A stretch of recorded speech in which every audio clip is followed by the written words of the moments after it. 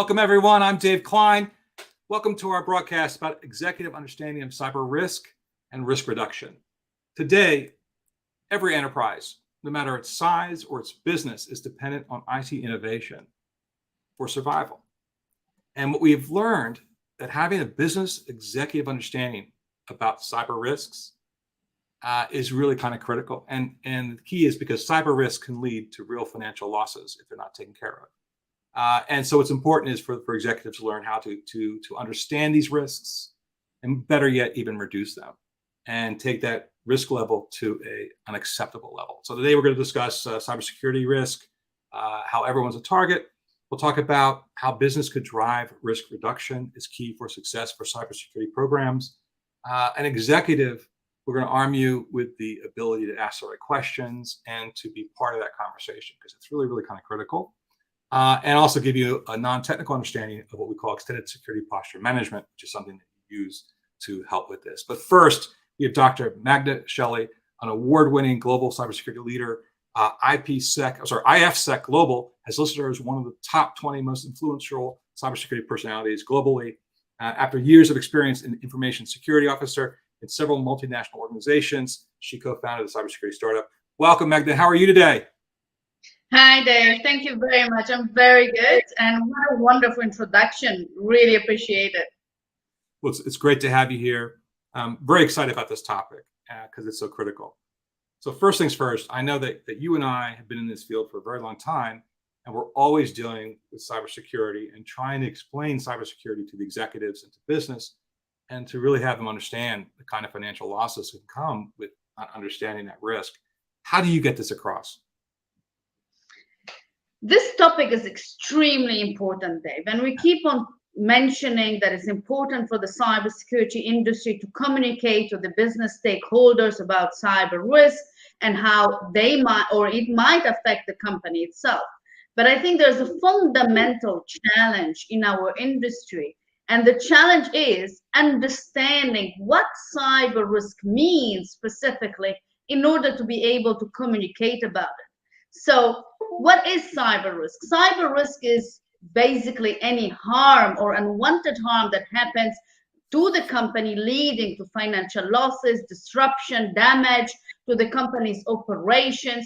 And this nowadays, due to the dependency on technology, might happen because of the failure of information technology systems. And Correct. This failure might happen due to a cyber attack. Now, when we are able to understand that, we would move away from discussing with business stakeholders about threats, which happens very often, mentioning ransomware, malware. And for the anecdote, I would like to mention a very practical example. I was discussing the topic or the concept of malware with someone, and this person raised the question, what does malware mean? So we are unable to assume, or we shouldn't assume, that everyone within the business understand even the most basic concepts in cybersecurity. So coming back, cyber risk and what does it mean is extremely important as a first point. Avoiding discussing cyber threats with business stakeholders unless we are very sure that they understand them, and focusing on the business rather than focusing on those threats as a third point is are the very important point to start the conversation with and be prepared to discuss with the business or even the board of directors. I think that's so key. I mean, again, we've both been doing this for a long time. And I remember 10 years of working with federal government customers. And often during some pretty intense breaches where I came in as doing incident response work, we'd meet with a deputy administrator, assistant in charge of a whole agency, a federal agency. And they'd say, well, what happened? And you'd start by talking about buffer overflows and vulnerabilities and indicators of compromise. And they would kind of look at you kind of funny. And really, the questions that they asked really got me clued into how I had to speak differently. And the concept was like, is there physical loss of things that we have? Is there financial loss? Is this something that's going to put us in the paper, right? And then so you backpedal a little bit and start listening to them and asking the kind of questions. I think that's really kind of critical. right? And what's interesting is also related to the threats that we see out there, having that good understanding of each individual business's own dependencies, risk appetite, areas that are critical for the business to succeed. You need to know these things. And as a practitioner, even beyond the threats and things like that, it's important to understand that as well. It's very good. Excellent. Dave, to add as well on this particular topic, what I have seen in, I would say there's several years that I've been working with many companies. So now, comparing to someone working in a streamlined career and having many years of experience in cybersecurity, I have had literally parallel experience with different companies in different industries, working with different countries as well.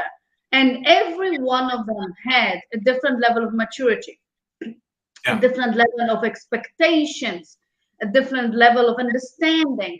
And therefore, every time what I was doing is, like you mentioned, understanding the business.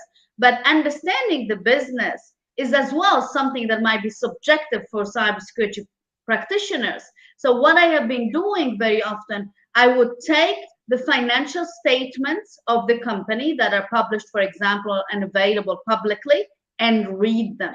Why? Because those statements not only will present what is the company worried about, what they consider as risk from the business perspective, but also what is the most important and critical activity, service, or product that is generating the most revenue.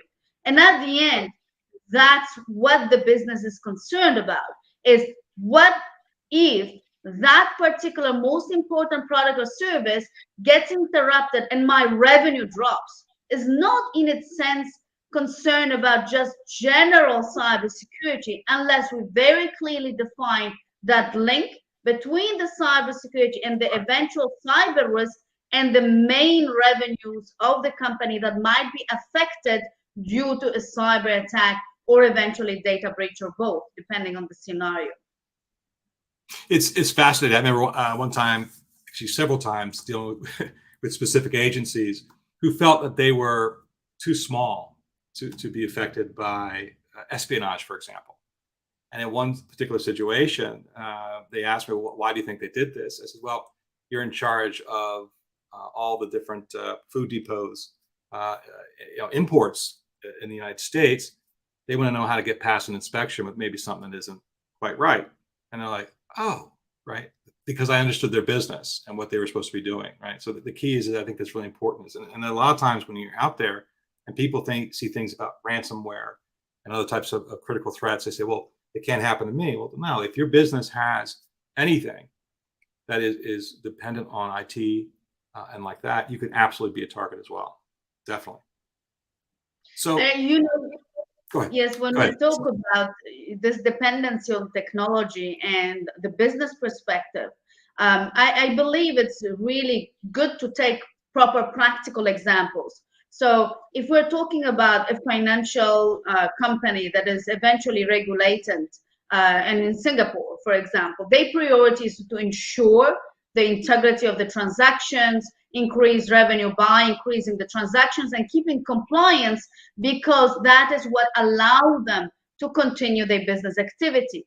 Now, if they face a cyber risk that materializes due to a cyber attack, that might be disrupted. And eventually, in the worst case scenario, non-compliance might lead to a loss of basically license.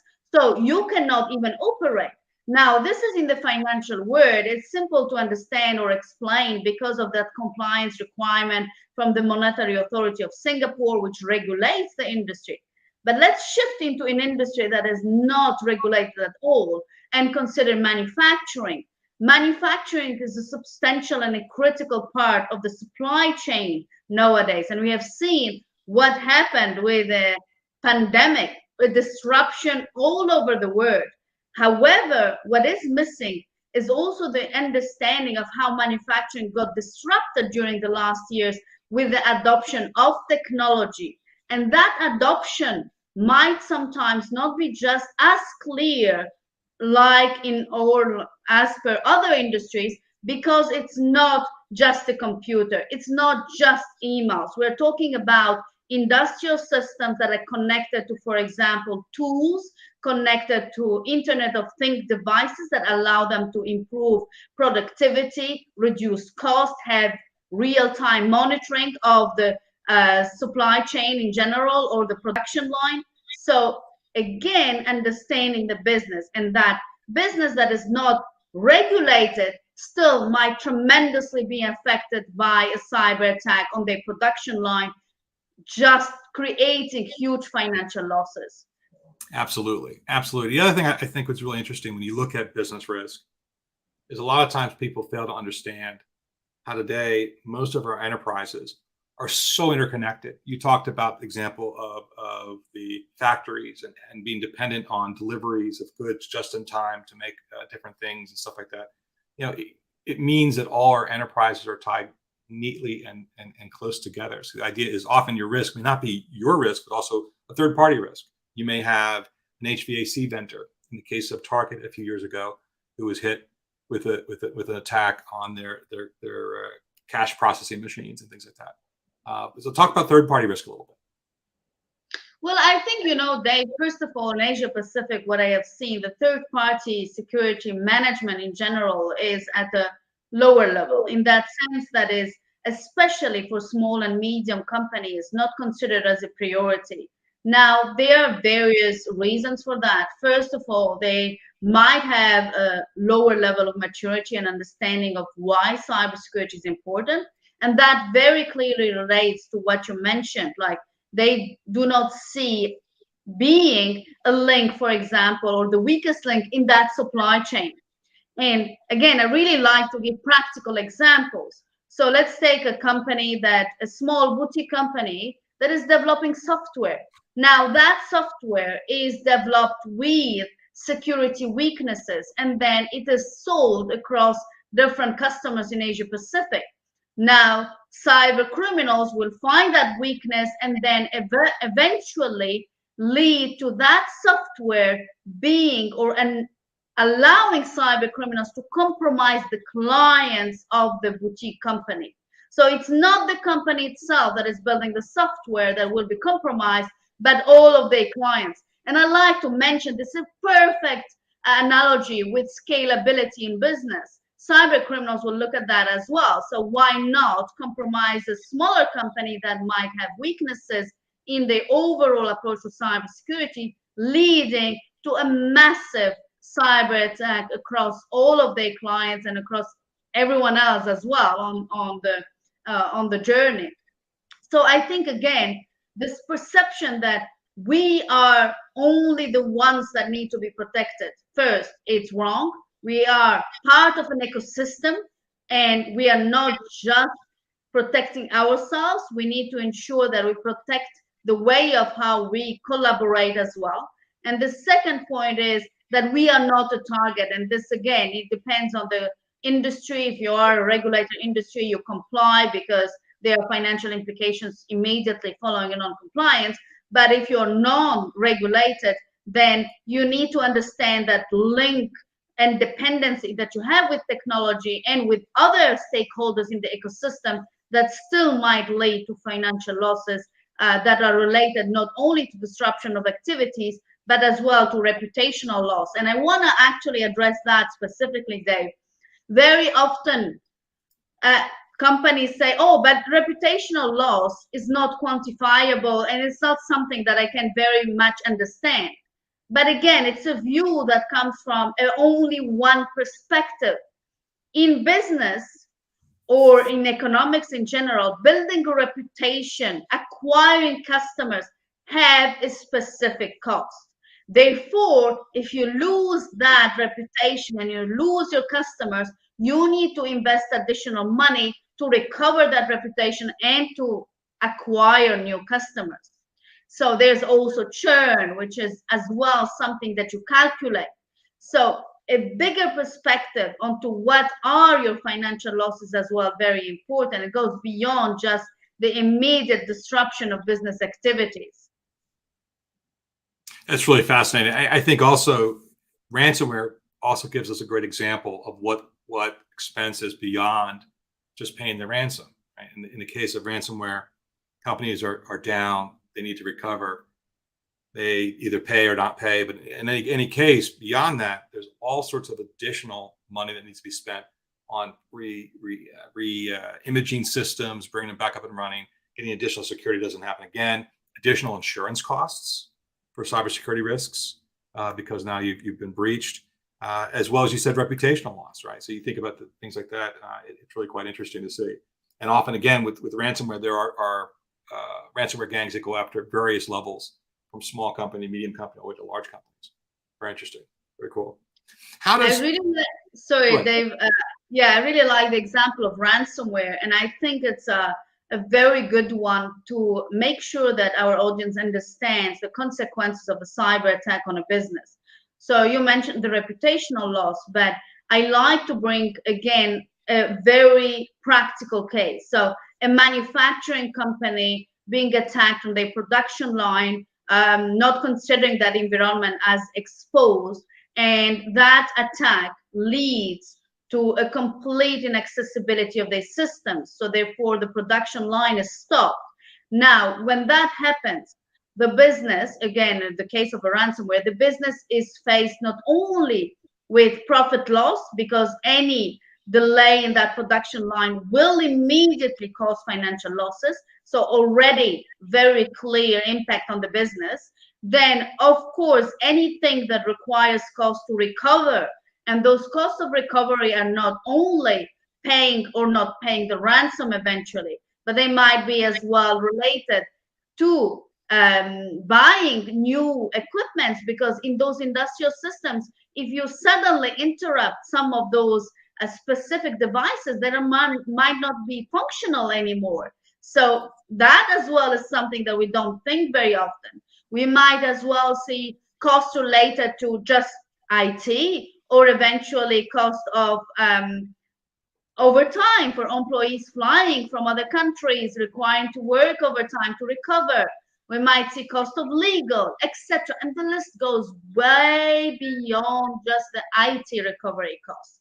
And this, for me, again, it's fascinating because it allows to link very clearly the consequences of a cyber attack on a business to their business operation, and how that might lead to tremendous and, again, massive financial losses, especially when we've seen during the last years the ransomware attacks increase, which again led to, we're not talking about 1 or 2 millions of ransom amounts, we're talking about 40-50 millions of losses, and those are not directly linked only to the ransom amount. They are as well linked to other costs associated that are, of course, required by the business to consider and take on board if they want to continue their operations.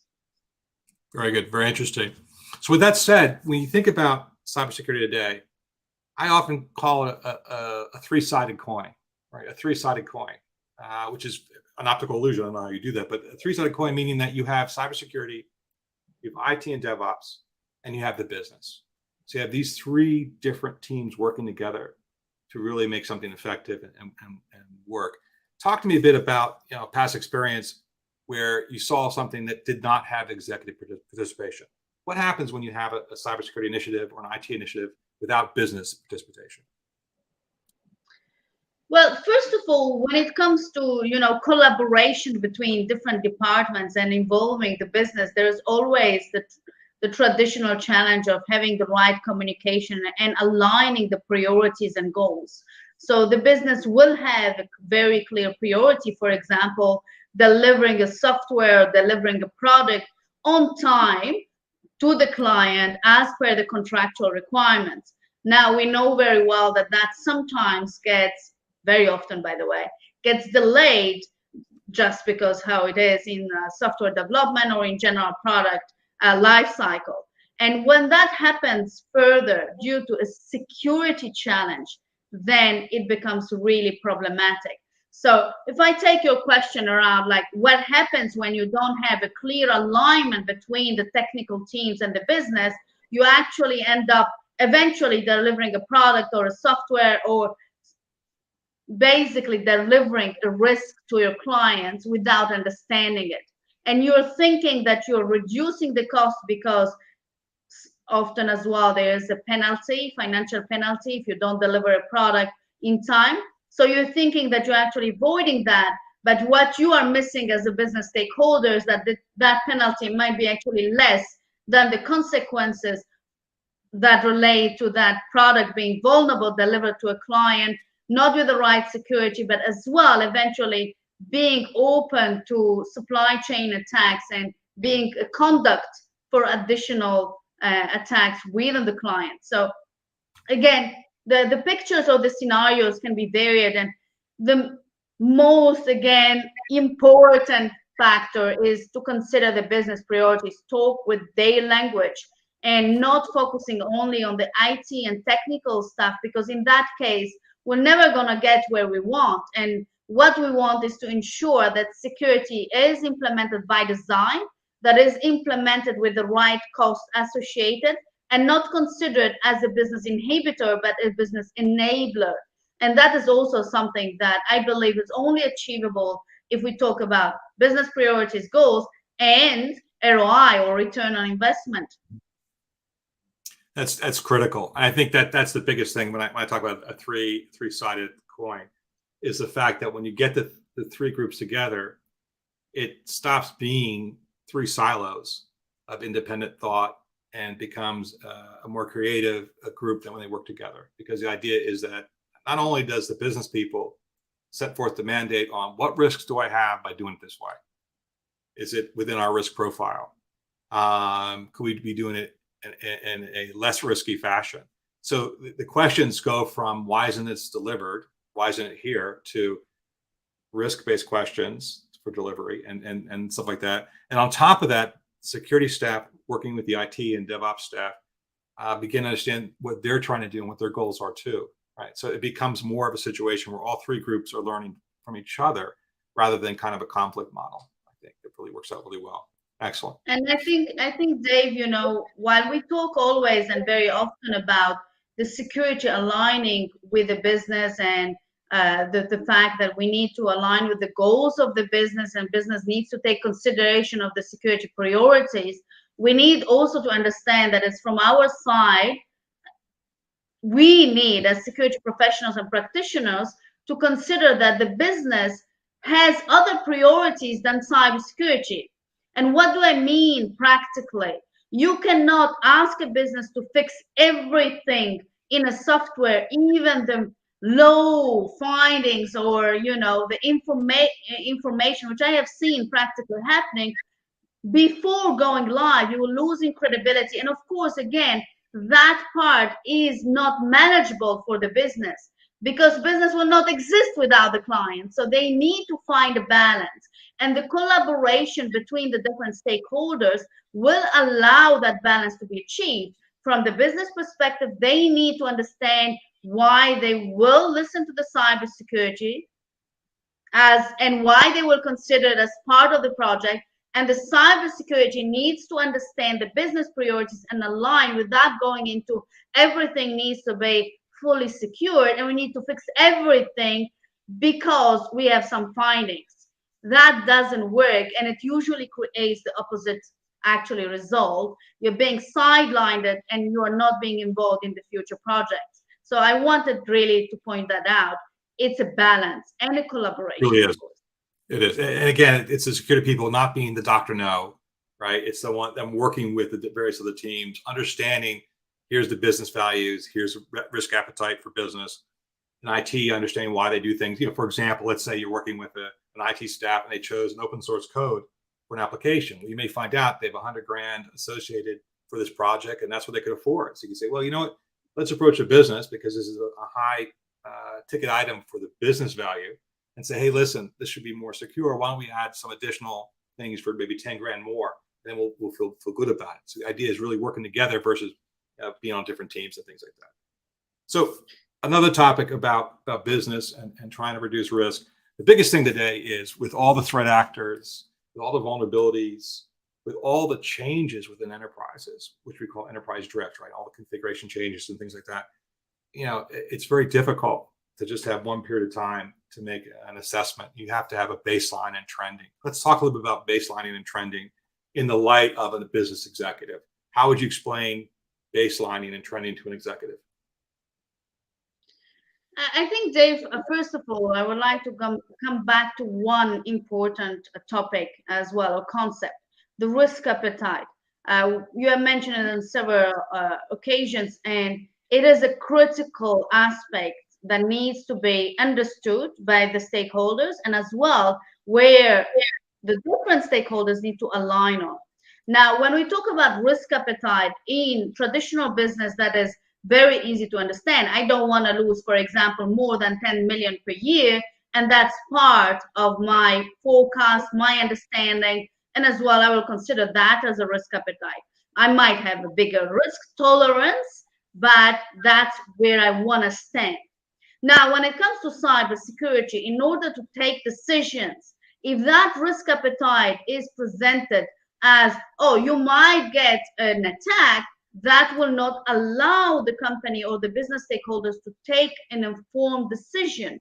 And therefore, they don't know if the vulnerabilities within your software that you just found might lead to a lower or bigger loss that might or might not align with the risk appetite.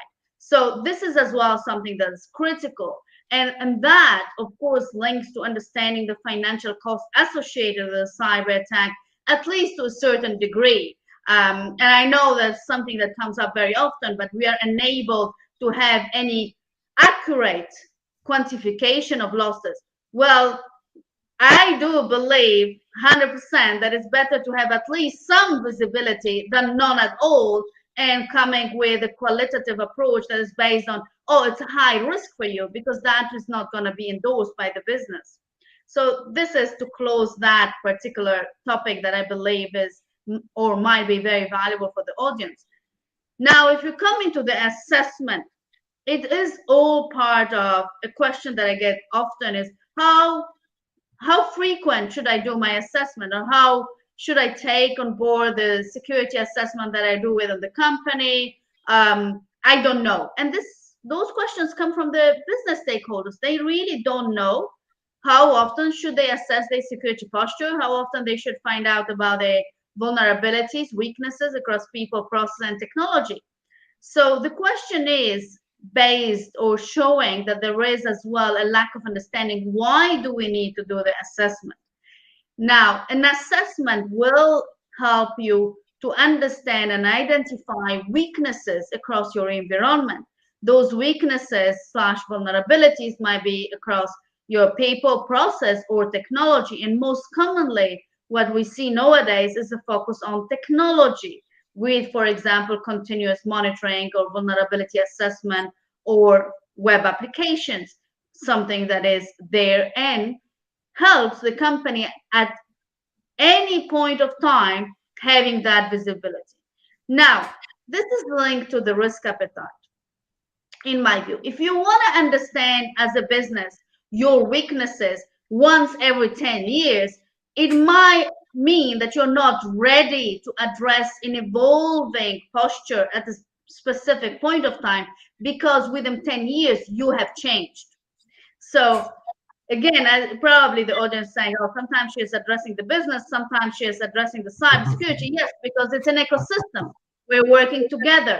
We address them all. We address them all, and that's the point. We have to. I mean, the whole point of us talking about a three-headed coin and purple teaming is the fact that you're addressing different specialties. It's a cross-discipline thing, and it has to be that way these days, right? It has to be that way. Exactly. Yeah. I always say with people who are in cybersecurity, they often feel like they're at the kids' table in the family dinner, right? The little rickety table in the corner. But today, because of all the threats and risks, and actually you wrote a blog for us, and tell them what the top 3 risks to businesses are. Yeah, exactly. You know, Dave, first of all, I want to come back on the assessment, then I tell you what I found, and I posted in a blog. So the assessment, again, the question comes up, but those questions are just an example what the business stakeholder might ask.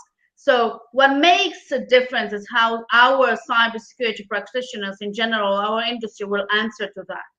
And when you Google things like, the biggest business risk in 2021, you find obviously terms like ransomware. You'll find cybercrime and cybersecurity as the biggest risk for the companies. Now, again, cybersecurity is not the risk, is actually what helps you to mitigate cyber risk, first of all. Second, having the right description of why a business needs to address the assessment, for example, run it every year or every few months or even in real time, is extremely important. If I am a business and I understand that my weaknesses might come from a weakness in people, lack of awareness, a weakness in process that is not adapted to the new technology adoption, a weakness in technology, and that this weakness, when it gets exploited by cyber criminals, might disrupt my business activities, I will look having that assessment done on a more regular basis, and not just once in a year or once with a compliance tick box that actually doesn't give me the real image of my posture. Now, obviously, the more we are dependent on technology, the more eventually we need to have visibility on the technological weaknesses as well, because the weakness might come from our technology, the one that we developed as a company, but it might as well come from third parties' technologies that we assume were great posture, or they were adapted to the newest threat, or even just not properly configured, or we thought they were properly configured. So there's a very big important objective by having that visibility, and that visibility is only possible by doing assessment that are not just a manual tick the box exercise on an Excel file, but having a more active and realistic objective view. It's not about reducing as well. I'm going to be a little bit more like, I would say the trying to be more objective. It's not about reducing the number of red, reporting lines that you will show to the board, unless it's real. So if you go to your board of directors and say, oh, look, we are all green, but you know that you're not, or you know that you don't have enough visibility to give that accuracy to your board of directors, it is worse than having the accuracy and the confidence of reporting and showing the reality of things with a mitigation plan. So again, it's a balance between having that visibility, doing the right thing, explaining it properly, and aligning with the business goals and objectives. So at the same time comes in this discussion on several times. And this brings us to our next topic. Of course, Cymulate, we do extended security posture management, right, which is used to visualize risk, to test in an empirical fashion, in an objective way across all your security controls, your people, your processes, your things, not only to come up with a baseline, but the trend over time. So why don't you talk a little bit about, explain it at an executive level, a business level, what is extended security posture management solutions and what they do for you? Thank you, Dave, for this question. Let me see.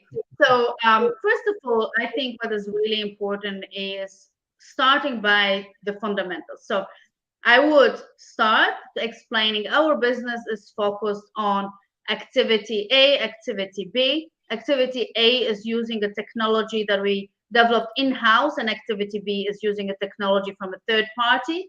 We have, at the moment, a very scattered monitoring. We don't have full visibility, and therefore we are unable to have full controls.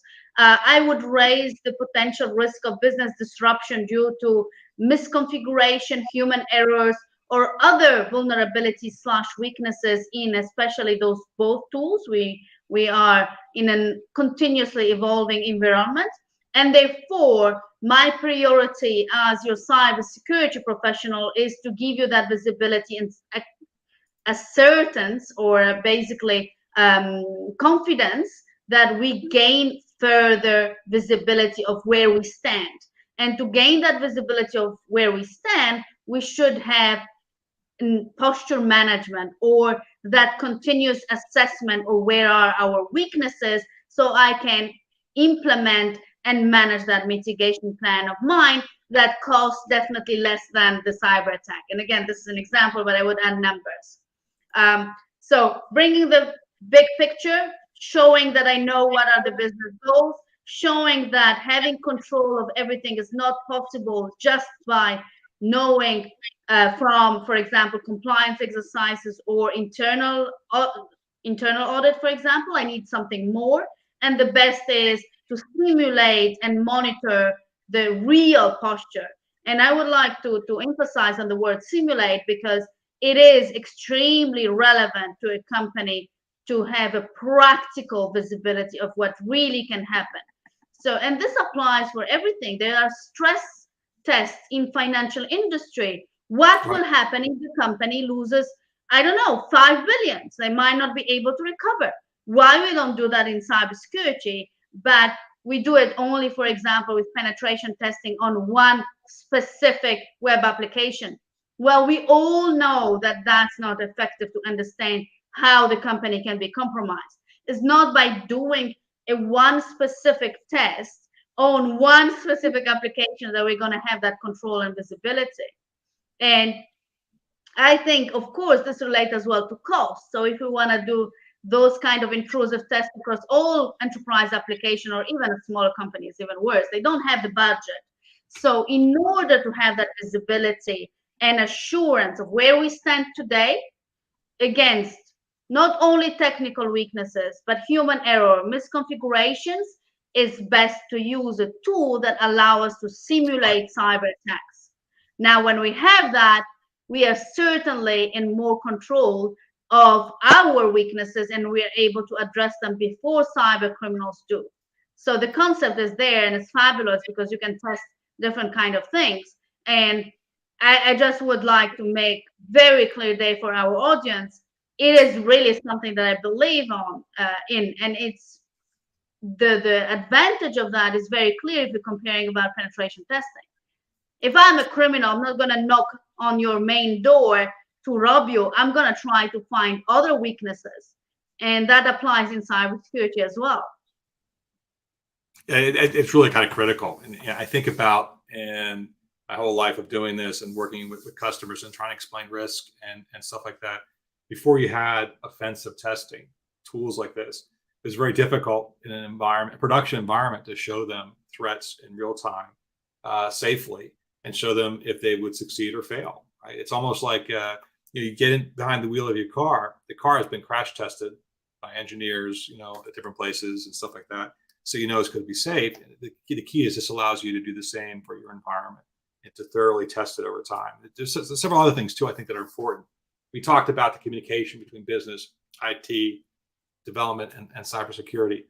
These solutions like ours make it accessible. So everything that you see in there, they're clear-cut explanations, both from a business risk perspective as well as a technical perspective for people who may be novice, who are on the cybersecurity side or IT side, who need to understand what's going on. It can be used by people who don't have that high level of cyber maturity and still be able to run these tools, understand the visibility, the risks, and how what they need to do to fix things. Right? There's a good deal of prescriptive output. It not only runs and tells you how you did, it gives you, well, here's what needs to be different. Right? You may have a situation where that web server you were testing, it needs some updates. It needs to have certain security controls in place, certain ways the accounts are run in order to be done safely. So you can roll this out in a safe fashion. So there's a prescriptive element to it that automates that aspect for you. The idea of going in and being updated over time, various threats and data, as well as making it accessible for everyone who uses it. Dave, I think, what is extremely critical as well for our audience to understand, and where it can be a good advice and recommendation when the discussions start with the business, is to focus on the shared responsibility model.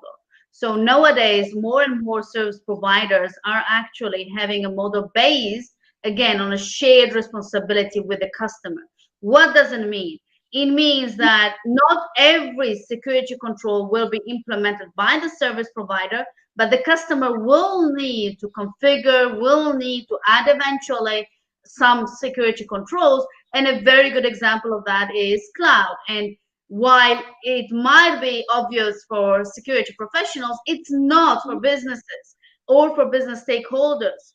I have seen many cases where they adopt cloud deployment or even go into cloud digitalization, and they just don't consider security at all. It's basically for them, in their mindset, that comes in a package. And that doesn't come in a package. So if you're unable to understand it because you haven't had the chance to read, or you haven't been raised awareness about, or you haven't been educated about the topic, the best way is to test it. Test it and see how it fails before it fails by the cyber criminals. The same applies as well when we're talking about, you mentioned the example of the car, you mentioned the example, as I mentioned the example of, stress testing in the financial industry. I think all this topic about continuous validation of what we have today in terms of controls is a very practical concept that is understood by the business very well. So just use that to make sure that you go away from scattered controls and implementations or testing that do not allow you to very clearly identify how ready you are today to face that cyber attack. And lastly, of course, I would love just to do the simulations on every company that tells me, oh, we have a firewall, and that's all. And still, Dave, in Asia Pacific, it's still something that I hear. So, you have your firewall. Okay, let's test it with a real simulation and see how that's going to protect you from other cyber attacks and just filtering your traffic, right? So it might surprise them tremendously. It does. It does serve to be an eye opener in a very safe way, right? In a very safe way, in a way that's not going to hurt them or anything like that. But at the same time, it's better to do it in a simulation than have the first time your attack is for real, right? Taking martial arts or what have you. You'd use any kind of example, but very cool. Neat. What are some other thoughts that you have about extended security posture management for the masses?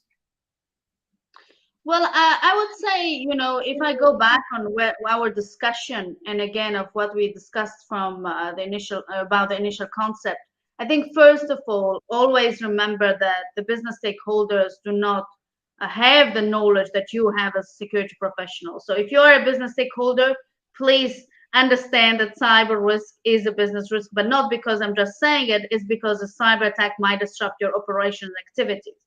Now, this is the first very critical point. The second point is that every day business will actually adopt new technologies. Maybe those technologies will be traditional IT, maybe they're not. Maybe they are Internet of Things, maybe they're blockchain, maybe they're artificial intelligence, or any other technology that helps the business improve productivity, reduce costs, bring new innovative services or products to the clients. That adoption is what increases cyber risk tremendously, but also increases what we call the attack surface of a business. And an attack surface is all the points where a cyber criminal can come in and exploit an eventual weakness / vulnerability. And I always use the term weakness / vulnerability because weakness is a more common term and very easy to understand, while vulnerability is mostly used as well in the cybersecurity industry. So 3 points. Your business have cyber risk. Your business adopting technology all the time. And your business, as a third point, is expanding this attack surface that leads to an increase of entry point for cyber criminals. Those 3 points require you as a company, as a business stakeholder, to understand and have visibility where your current security might fail. And that is not, again, happening with having scattered activities or even a compliance checkbox on an Excel file. Even though, we have a lot of compliance tools, but there's still a lot of companies using Excel files. So I think, in my view, what I want to bring to the audience is that particular aspect or discussion points that they can bring to the customer. Now, again, if we are looking at those 3 points, and you are a cybersecurity professional or a business professional, you're saying, yeah, okay, we have been spending a lot of money now in cybersecurity, and you're telling me, oh, there is another thing that we need to do in cybersecurity that is good for the business. Why should I do it? Or how does it really help my business? Well, what helps your business today is having visibility. Visibility is the only way to have control. So if you have to focus, you focus where you can achieve that. And having a visibility of weaknesses or things that might lead to a successful attack in your environment should be part of our priorities. Furthermore, you can actually very clearly identify how that will help you in prioritizing other activities that you maybe already started. So if you don't have visibility, you're unable to optimize controls. And if you're unable to optimize controls, you might be spending your money in the wrong place. This applies for the same for the business and for the cybersecurity. In order to optimize your spending in cybersecurity, first, you need to have visibility. And that starts with the extended posture management, Dave. Excellent. And also, not only does it help you there, is that the idea is that when you see additional expenditure in cybersecurity, you see the value for it, right? And you see the reduced risk as being part of that value. And then again, you may find out you added technology to your cybersecurity profile and you see no inherent change in risk. So you say, you know what? We spent too much on this. We don't want to use that technology because it doesn't seem to be working for our type of business and things like that. So you're right. That's how it works. Not only giving that visibility, but proving the value and optimizing the value of your cybersecurity spend. Excellent. Well, perfect. Well, David, Magda. Sorry, there's another last point that I would like to add. It's not only about prioritizing control, but controls within a company. But when you have a visibility, you're able as well to optimize and prioritize across a timeline, which is critical in enterprise environment. If you are a small company, you have 4 tasks to do to protect your company. You're able to do that. But when you are in an enterprise environment and you have 200,000 tasks waiting for your cybersecurity team, that needs prioritization. Of course, I'm exaggerating with the number, but I'm not exaggerating with the vulnerabilities per day that those enterprise environments detect and that needs to be fixed, with some of them being as well very hard to fix in a limited timeline.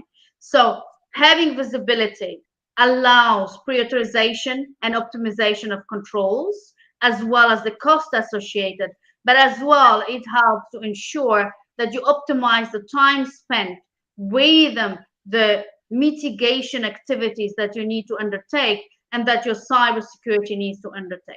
So at the end result is savings. It's absolutely not a cost, it's a reduction of saving, it's a reduction of losses that might occur following a cyber attack. Perfect. Awesome. Magda, thank you so much for joining me today. This has been phenomenal. This has been a great conversation. We will bring you back to do some more of these. And I want to thank everyone for joining us. This has been the Cymulate podcast. Take care.